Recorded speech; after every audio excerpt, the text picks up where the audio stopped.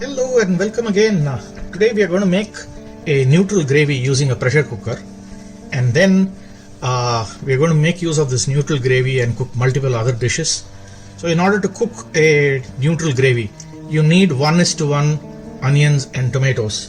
What I've done is I've chopped 300 grams of onions, and I'm going to drop that in about 2 tablespoons of oil. I'm going to crank up the flame a little bit.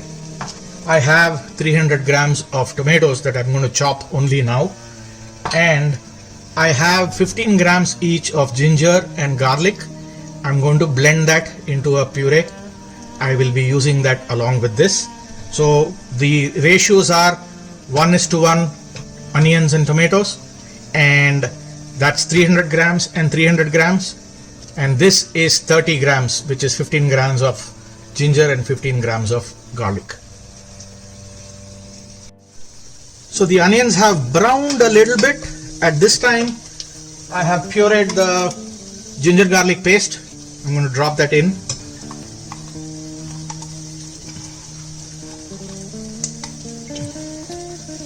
We're going to give this just a minute.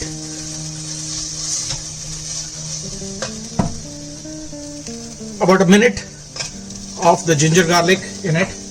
We're going to drop the 300 grams of chopped tomatoes.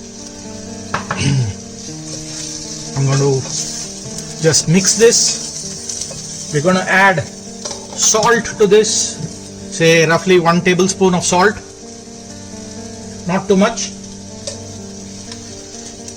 1 teaspoon or tablespoon of cumin powder.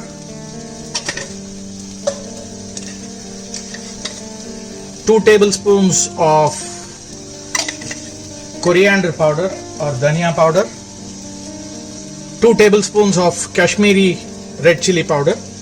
I tend to use the Kashmiri red chili because it's less spicy, mostly because the folks at home don't handle spice very well. You can always decide on increasing the spice when you ultimately use this gravy to make your dish. So we'll give this a mix. I'm going to add 4 cups of water to this. There we go. 4 cups of water.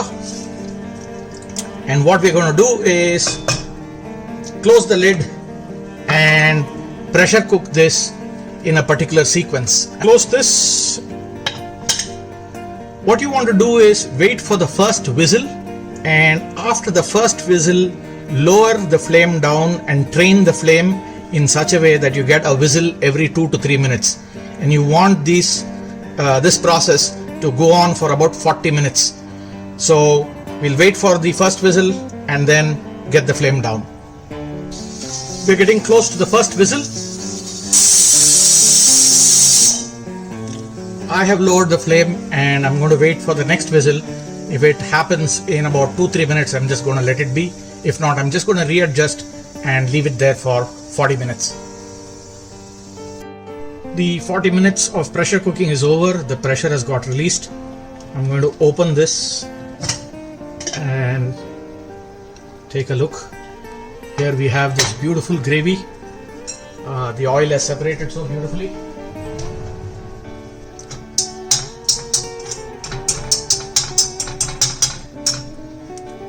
That's the neutral gravy. Now we're going to use this and make at least 2 dishes. We're going to be making a salna or a serva.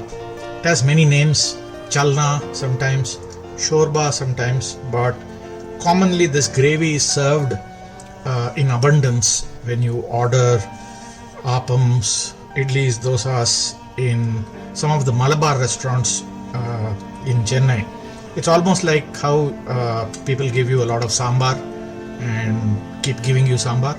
You can keep asking for this serva and eat whatever you want to along with it. So to do that, we're going to roast a little bit of, say, peanuts. That's about 2 tablespoons.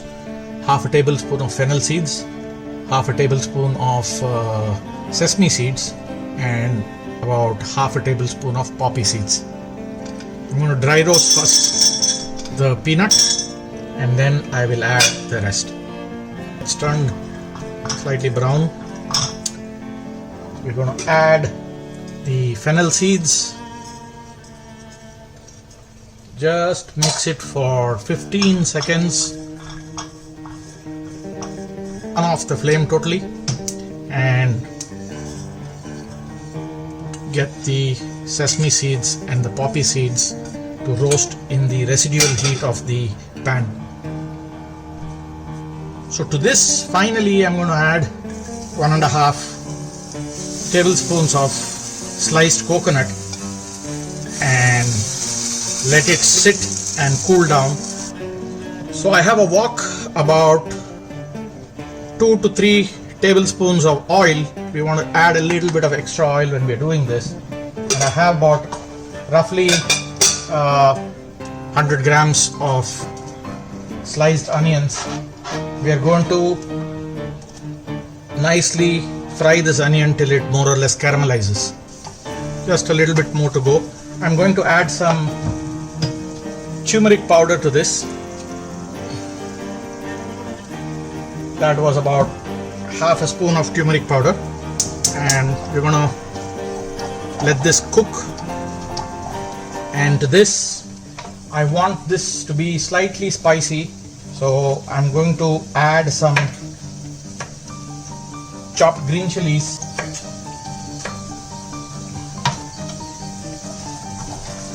And once this is mixed, I have with me finely chopped mint leaves and coriander leaves. I'm going to drop the mint leaves and coriander leaves into this in low flame. That was about a handful of it, both put together. So I'm going to add a bit of chili powder to this, about another 1 tablespoon of chili powder. If you want it even hotter, you can use the extra hot chili powder. And at this point, we are more or less done with the basic ingredients out here. However, I'm going to make this into a chicken salna. So in order to do that, I've got cubed chicken. You don't need this, but I'm just making it into a chicken dish. If you didn't use this and followed the rest of the step, you would have a beautiful vegetarian dish as well. So the chicken cubes have gone in. I'm going to fry this in for about 6 minutes.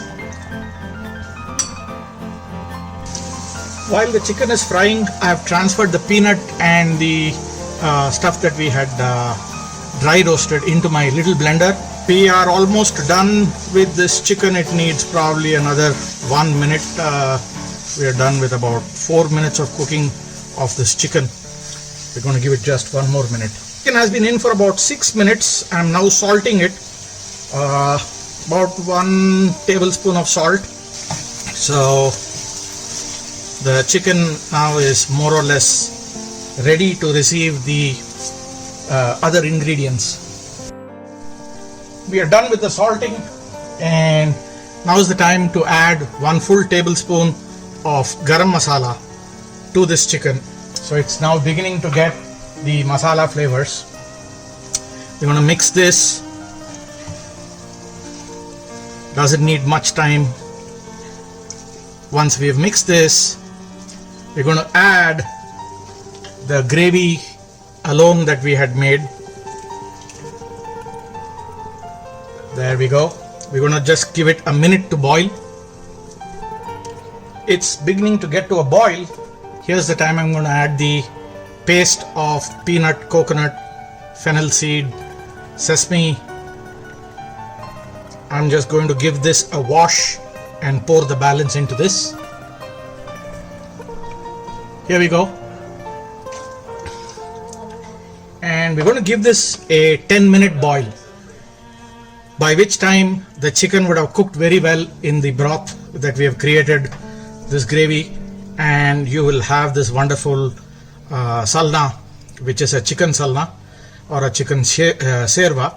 If you wanted, you could have added vegetables instead of the chicken, or at least 3/4 cooked mutton when we added the chicken. Any of this will work great. So we'll allow this to boil for a good 10 minutes. So the 10-minute boil is done. This dish is ready. You can see the oil that has floated up beautifully. What's an Indian dish if you don't see floating oil? So we have this beautiful chicken salna. I particularly like a few drops of lemon juice in this. So I'm going to add just a few drops of lemon juice. You can also try this lemon juice separately if you want to and see if you like the flavor. Otherwise, we are ready to plate this beautiful dish and serve it up. There you go. Chicken salna.